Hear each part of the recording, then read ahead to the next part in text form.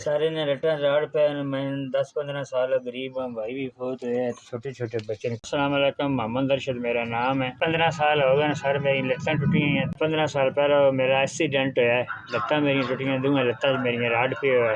सख्त काम कोई ना कर सकता सर, किसी का जिम्मेदार बंदे का बालन वेचदा, जिम्मेदार बंदे का बालन वेचदा 400-500 दिहाड़ी दिंदा है, ज्यादा सख्त काम इत्थे नहीं आंदा। निक्के निक्के बच्चे सर, मेरा इन्ना 400-500 ना बड़ा औखा गुजारा हो रहा सर।